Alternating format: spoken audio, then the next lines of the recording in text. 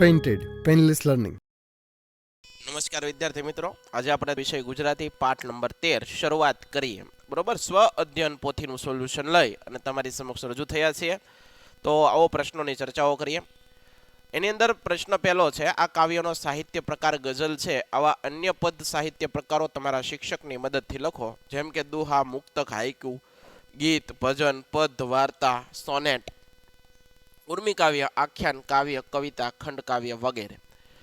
શિક્ષકની મદદથી mobile phone કે કમ્પ્યુટરની મદદથી નીચેની વેબસાઇટનો ઉપયોગ કરી ગઝલ વાંચો અને તમને પસંદ આ ગઝલનું લેખન કરો. બરોબર, જે તમને અહીંયા વેબસાઇટ આપેલી છે એના પર જઈ અને તમે આ બધી ગઝલો, કવિતાઓ એના વિશેની વાત જોઈ શકો. આંખમાંથી શું કરે છે શી ખબર, જે દિવસે છોડી દીધું તારું નગર, એક પળ તારા વિના ના રહી શકું, તું રહે આરામથી મારા વગર, જીવથી એને વધુ ચાહીશ હું, લાવશે તારા મિલનની જે ખબર, લાગણી મારી છે આયુર્વેદ શી, એટલે મોડી તને થશે અસર.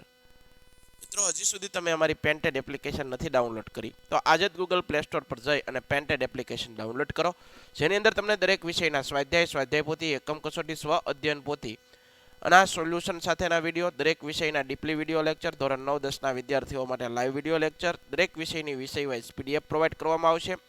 ભાવનગરની અંદર જો તમે વસવાટ કરતા હો તેના માટે ધોરણ 8થી 12ના તમામ વિષયનું કોચિંગ પૂરું પાડતી કોચિંગ ઇન્સ્ટિટ્યૂટ એટલે કે આલ્ફા એકેડમી ભાવનગર ખાતે કાર્યરત છે. તમે એમાં જોડાઈ શકો, એનો સંપર્ક કરી શકો. યુટ્યુબની અંદર તમને મારા વિડીયો ગમતા હોય તો અમારી યુટ્યુબ ચેનલ છે પેન્ટેડ યુટ્યુબ ચેનલ. હજી સુધી સબસ્ક્રાઇબ નથી કરી તો સબસ્ક્રાઇબ કરી લો, જેથી કરીને અમારા વિડીયોની માહિતી તમારા સુધી પહોંચતી રહે. ગઝલ વિશે તમે શું જાણો છો? પ્રશ્નોના જવાબ આપવાના. ગઝલ વાસ્તવમાં એક ફારસી કાવ્ય પ્રકાર છે. એનો અર્થ પ્રિયતમા સાથે ગુફ્તગુ એવો અર્થ થાય છે.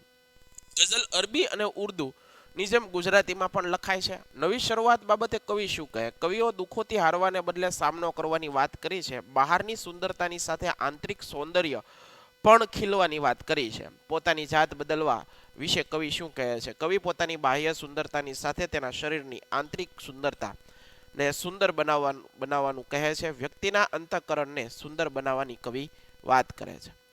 આવનારી કાલને હું નજરાણું આપવાની કવિ વાત કરે છે. કવિ આવનારી કાલને જીવનમાં જે મળ્યું એને સવાયું કરી અને એની સોગાત આપવા માંગે છે. બરોબર છે. ત્યારબાદ આપેલા શબ્દોના અર્થ અને વાક્ય મુજબ બીજું વાક્ય બનાવીને લખો. વખત તો સમય અથવા કાળ.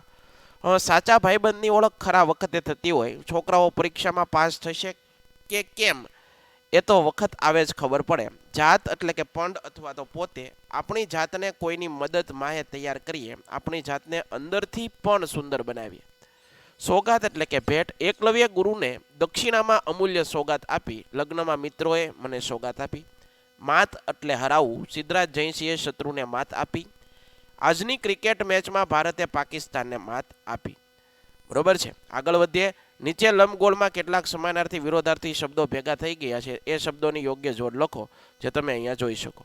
સમાનાર્થી શબ્દો દુનિયા તો જગત, સમય તો વખત, દોસ્ત તો મિત્ર, વિરુદ્ધાર્થી દુઃખ તો સુખ, અંત તો આરંભ, અંદર તો બહાર, ખુશ તો નાખુશ.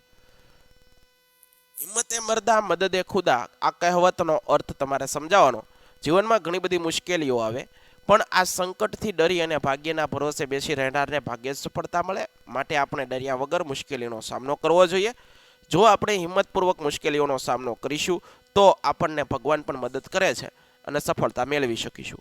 એકલવ્ય દ્રોણાચાર્યને ધનુર્વિદ્યા શીખવાની ના પાડી, છતાં પણ તે પોતાની જાતે તેની મૂર્તિ બનાવી ધનુર્વિદ્યા શીખ્યો અને એક શ્રેષ્ઠ ધનુર્ધર બન્યો.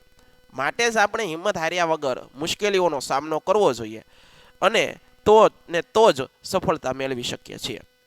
નીચેની મુજબનો છે એ ભાવાર્થ દર્શાવતી કાવ્ય પંક્તિઓ. દરેક વખતે દુઃખ જોઈ શું હારી જવાનું, આ વખતે દુઃખોને હરાવીએ.